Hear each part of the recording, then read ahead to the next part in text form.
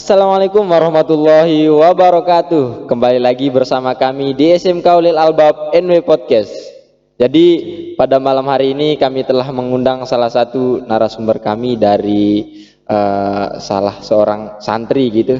Kenapa kami mengundang dia? Karena ada suatu yang unik gitu dari dia, makanya kami mengundang dia, yaitu Bang Ziyad Rizky. Halo Bang, gimana kabarnya? Halo, alhamdulillah baik gitu. Alhamdulillah. Gimana perasaan Anda setelah kami mengundang di podcast ini? Menurut perasaan saya sih agak leger gitu, karena tiba-tiba gitu, bisa tiba-tiba. Kenapa sih saya bisa duduk di tempat ini gitu? Saya juga bingung, bertanya-tanya pada diri saya sendiri, kenapa sih bisa duduk sampai sekarang ini masih grogi gitu, ada rasa grogi gitu. Oh, berarti Anda grogi karena apa dulu ini? Grogi salah satunya karena bangga gitu, kenapa bisa gitu. Berarti Anda bingung ya kenapa diundang gitu ke podcast ini? Ya masih bingung sih, masih bertanya-tanya sampai saat ini. Kenapa sih saya bisa diundang ke podcast ini? Oh, berarti Anda belum tahu ya kenapa kami mengundang Ya, gitu belum ke dalam podcast ini. Jadi gini, kenapa kami mengundang Anda? Karena ada kami mendapat info dari teman-teman lain, dan juga kami udah briefing sama kru kemarin. Kami ingin mengundang Anda gitu karena ada sesuatu hal gitu, sesuatu yang membuat kami itu suatu halnya itu seperti apa loh begitu. Kenapa saya sampai penasaran gitu. Oke, jadi gini, kami mendapat info dari teman-teman yang lain juga, pandangan saya juga sih. Anda itu menurut saya dan menurut teman-teman itu, Anda itu sebagai santri teraktif gitu. Salah satu. Ya bisa dibilang begitulah. Tapi menurut saya sih biasa-biasa aja seperti santri yang lain. Seperti saya menjalankan keseharian itu seperti teman-teman yang lain. Kenapa sampai bisa dibilang santri teraktif teman gitu? Itu masih saya bingungkan sampai sekarang. Oh iya, gini Bang. Jadi sebenarnya hidup itu nggak semestinya kita harus dinilai dengan diri sendiri aja. Kita harus dinilai dengan orang lain juga. Jadi begitu, nggak bisa langsung ngambil keputusan dari diri. Iya gitu. Harus kita harus gini. Kita harus cari pendapat lain. Jangan sampai gini. Kalau A ya A gitu. Jangan sampai gitu. Takutnya ada jawaban setelah itu. Soalnya ketika kita hidup di dunia ini, untuk menilai kita diri sendiri itu harus dengan orang lain gitu. Jadi untuk malam ini ketika kami menilai Anda sebagai santri teraktif, Anda harus terima gitu. Berarti harus terima gitu. Iya, harus terima. Mau nggak mau ya harus mau gitu. Sebenarnya sih saya masih gimana, bingung. Kenapa bisa dibilang teraktif loh sampai segitu, padahal saya hanya menjalankan seperti biasa lah gitu. Iya, karena Anda nggak tahu gitu gimana pandangan orang itu. Termasuk saya, pandangan saya menurut saya itu Anda itu aktif banget. Masa sampai sekarang saya tidak tahu kenapa Anda baru ngomong di sini gitu. Oh iya, kami kan surprise gitu. Oh, surprise. Iya, surprise supaya Anda itu bangga, dapat bangga tersendiri gitu. Ya sih, saya sangat merasa bangga gitu. Oh iya. Sampai dan terkejut juga gitu kenapa bisa dipanggil ke tempat ini gitu. Jadi sekarang udah tahu ya kenapa tapi masih bingung kenapa sih saya dijuluki ratu gitu. Nah, itu sih yang masih saya tanya-tanyakan. Oke. Jadi gini, kami memandang Anda itu ketika bekerja sesama santri gitu, bekerja terus nanti ada guru di sana. Kita bekerja sama, emang startnya sama gitu, tapi pertengahan itu di sana udah mulai lelah gitu, dikit-dikit mundur. Termasuk saya sih juga ketika bekerja. Ya terus, sering sih, dulu pernah juga sama saya. Iya gitu. Ketika bekerja kalau udah merasakan lelah, ya udah kita tinggalin aja gitu. Dikit-dikit mundur, dikit-dikit terus ngilang. Beda kalau Anda, saya lihat sendiri sama teman-teman itu juga, mereka lihat kalau Anda itu kalau bekerja harus sampai habis gitu. Terus yang saya pertanyakan sekarang, ada nggak kenapa sih sampai sesemangat itu? Ada nggak landasan gitu atau ada penguat gitu sehingga untuk penguatnya gitu kan? Ketika kita udah bekerja, dan sekarang kita bekerja sama guru, bersih-bersih sama guru, sama teman-teman yang lain itu, tidak mungkin walaupun kita capek, kita sama-sama merasakan yang capek gitu. Guru kita capek, kita juga capek. Tidak mungkin kita tiba-tiba meninggalkan guru kan, tidak etis banget begitu gitu. Tidak berakhlak begitu. Jadi kita sul adab gitu. Ya, sul adab. Gimana ya? misalnya ketika Anda ini misalnya kita bekerja terus Anda tinggalin guru Anda gitu. Ya. Ada nggak perasaan merasa terbebani, ada nggak? Oh, ada sih, sangat perasaan pernah sih gitu. Kan ketika kita bekerja, saya bekerja gini sama guru bersih-bersih. Kemudian saya tinggalkan begitu guru, saya sangat kayak dipanggil-panggil gitu untuk kembali. Sangat terbebani di pikiran saya gitu. Berarti Anda dihantui aja ya dengan Anda, berarti kalau kerja itu bersama guru Anda itu Anda harus gini. Oke, harus saya sampai habis gitu. Ya, seperti itulah. Anda seperti ini itu sampai sekuat ini, ada nggak niatnya mungkin kenapa harus ini gitu? Oh iya. Kenapa harus tegar ini, semangat ini, ada nggak niatnya untuk niat dan tujuan saya itu kan sering, alasan saya pertama itu karena dulu kan pernah dikasih tahu sama murabi, bahasanya beliau gitu, untuk salah satu cara kita untuk mendapatkan ilmu barokah itu dengan cara kita bertakzim pada guru kita. Apapun yang diperintahkan oleh guru kita, jangan sampai kita menunda-nunda, jangan sampai kita bilang tidak. Makanya itu salah satu landasan saya, kenapa saya bisa seperti ini gitu. Tujuan saya untuk mendapatkan ilmu barokah begitu. Seperti itulah alasan. Tujuan Anda mendapat ilmu barokah itu pasti ingin melanjutkan sesuatu kemana gitu. Ya. Pasti Anda mungkin ada cita-citanya mau ke Yaman, ya kan kebanyakan alumni Lil Albab itu ke Yaman, ke Mekah, ke Madinah gitu. Ada nggak niatnya seperti itu? Awal masuk pondok sih ada, besar banget keinginan saya untuk melanjutkan ke Timur Tengah gitu, untuk ingin menjadi tuan guru gitu tuan guru. Namun saat menjelang berjalannya waktu di sini saya masih berpikir, namun keinginan saya itu tetap ada, namun agak berkurang gitu.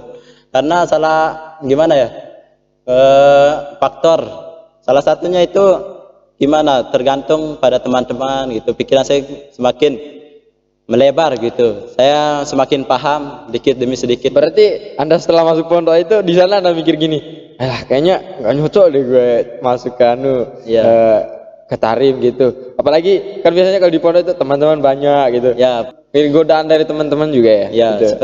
Salah satunya juga saya agak malas, masa mau ke Tarim, mau ke Timur Tengah, malas seperti ini. Itulah salah satu alasan mengapa semangat saya ini agak menurun. Nah, kalau ini saya nggak terima omongan Anda ini. Kenapa gitu? Kenapa Anda bilang gini? Anda itu malas. Anda ini udah kami juluki sebagai santri teraktif loh. Berarti Anda harus gimana ya? Anda harus yakin sekarang dari malam ini gitu.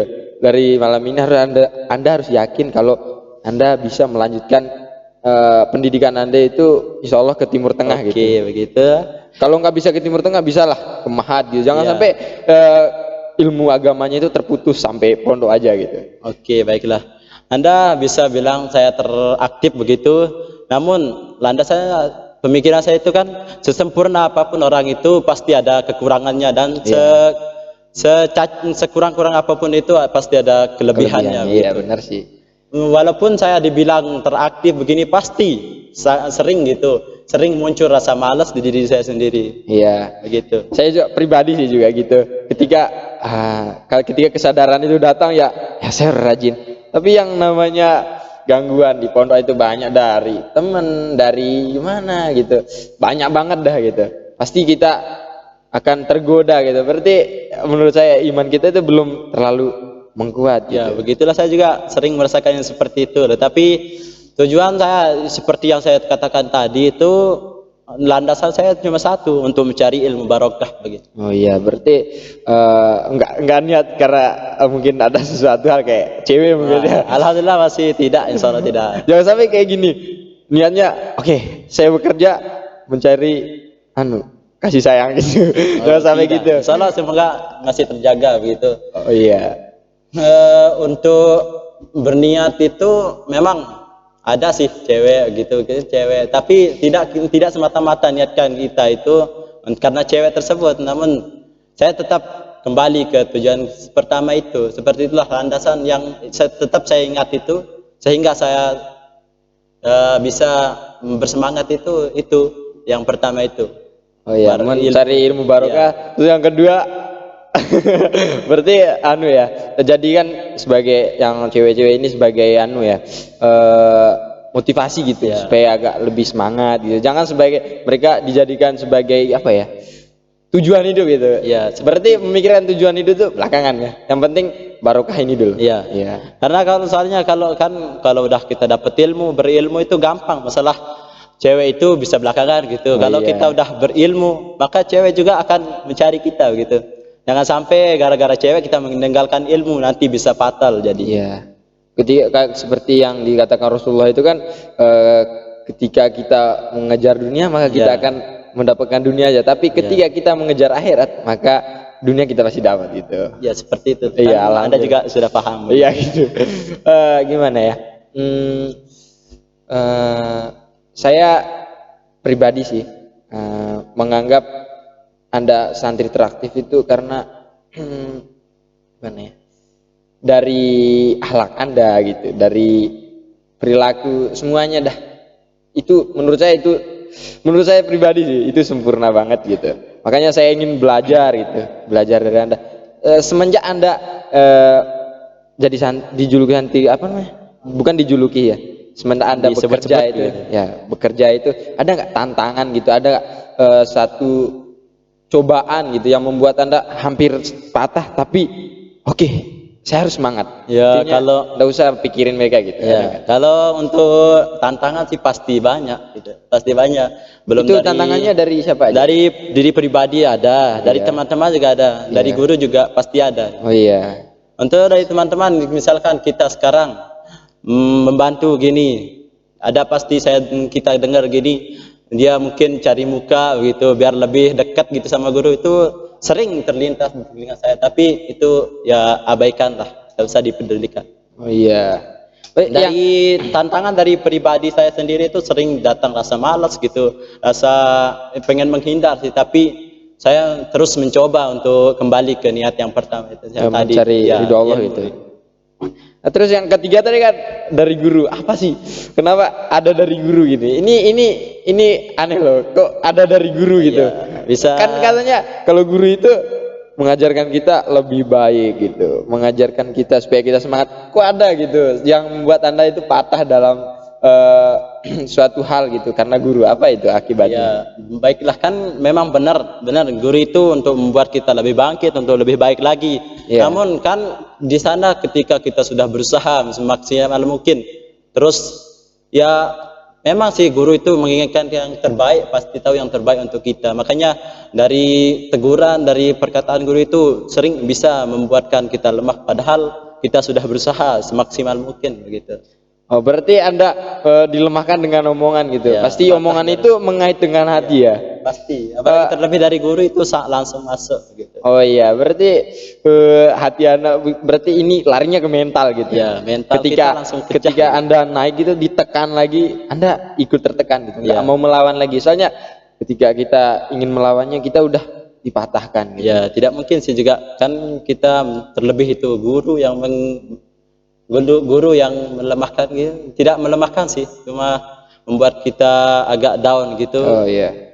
Lebih baik kita mundur dulu. Nanti kita ulang lagi. Yang dimaksud dengan down yang dilemahkan oleh guru itu seperti apa gitu? Perkataan mereka seperti apa? Yang kayak gimana gitu? Ya. Sehingga Anda sampai patah ini gara-gara guru. Ada seperti kata-katanya yang apa gitu? Ya gimana lah. Sering kali gimana ya? Dia sering membuat suatu karya mungkin, tapi pas di tengah jalan gara-gara suatu karya kita itu dia nggak maksimal gitu, makanya di sana kita kamu ini pasti itu aja yang membuat mungkin itu ya seperti itu kan. Misalkan kita disuruh mengerjakan ini, kemudian kita sudah berusaha, namun ya seperti Anda bilang tadi belum maksimal begitu, masih dalam proses, kemudian kita ditekan itu bisa membuat kita lemah begitu. Oh ya, tapi saya salut banget gitu sama Bang Ziad ini. Karena apa? Kenapa saya salut? Kenapa bisa gitu? Ya, kenapa saya salut? Karena gini, kebanyakan orang itu ketika telah ditimpa musibah gitu, pasti mereka akan mengakhiri suatu yang mereka kerjakan itu, mereka mengakhiri. Tapi ketika Bang Ziad ini ditimpa suatu musibah gitu, masih tetap kuat gitu. Itu yang saya salut, itu yang saya pengen banget dari diri saya. Ini termasuk sih diri saya juga kayak gitu. Yang gini, ketika ditimpa musibah, ya udah gitu. Kalau ditimpa musibah ya Langsung lemah gitu. iya langsung lemah ya, ditinggalin gitu. Itu cari yang baru lagi. Tapi saya dapat pelajaran lah malam ini, ketika kita down gitu, kita harus mikir panjang ya. Jangan sampai kita mengikuti ego juga ya. Iya, seperti itu. Iya.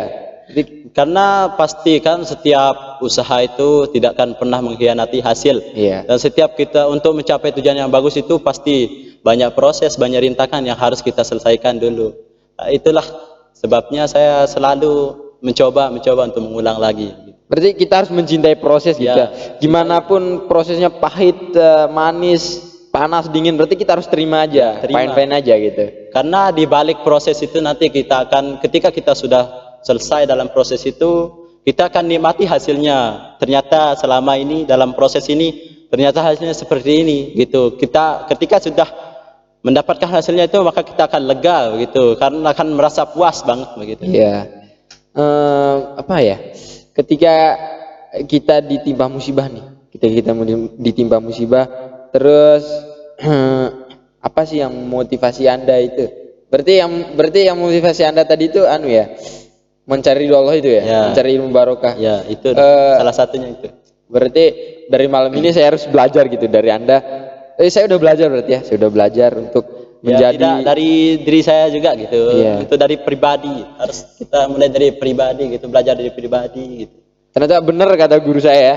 Ternyata belajar itu tidak semestinya di bangku sekolah.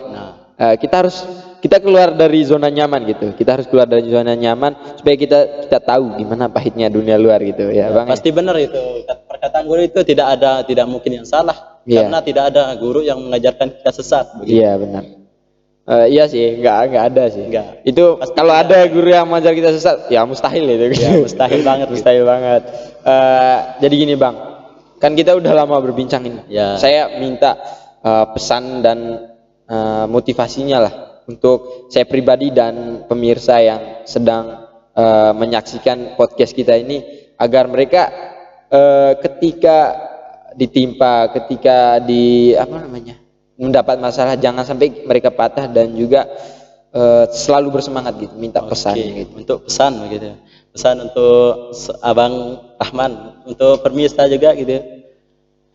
Ya tidak sih, gimana ya? Walaupun sekarang kita ditimpa musibah ini, tetap untuk mencapai tujuan bagus itu kan harus dalam proses gitu, nikmati proses seperti itulah. Dan juga ketika kita disuruh oleh guru itu, pasti ada aja kelebihan yang akan kita dapatkan dari kita taat pada guru itu. Karena sering saya mengalaminya begitu, sering saya perhatikan begitu.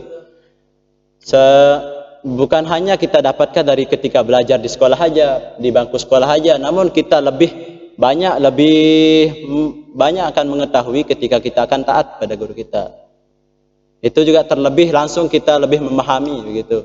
Oh iya, berarti karena dia langsung meraktik gitu ya.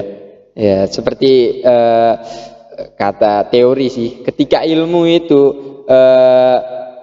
cuman dengan materi itu susah banget gitu. Tapi kalau ilmu, materi ditambah diplusin dengan praktik itu mudah banget dan cepet banget diingat gitu. Soalnya kita udah tahu gitu gimana sih dunia lapangan itu. Ya, untuk begitulah. Untuk pesannya jadi begini, pesannya tetaplah semangat walaupun dipatahkan itu, namun tetaplah mencoba untuk bangkit kembali, karena ketika kita sudah bebas dari rintangan tersebut, maka kita akan mendapatkan, kita akan menikmati prosesnya, kita akan menikmati hasilnya, kita akan lega dengan hasil tersebut. Oh ya, terima kasih Bang atas motivasinya. Jadi ketika Anda ingin menjadi seorang yang sukses, jangan pernah Anda dilemahkan dengan perkataan ataupun dengan godaan-godaan dari orang lain gitu. Anggaplah mereka itu sebagai sebagai tantangan kita gitu, sebagai rintangan menjadi seorang yang sukses gitu.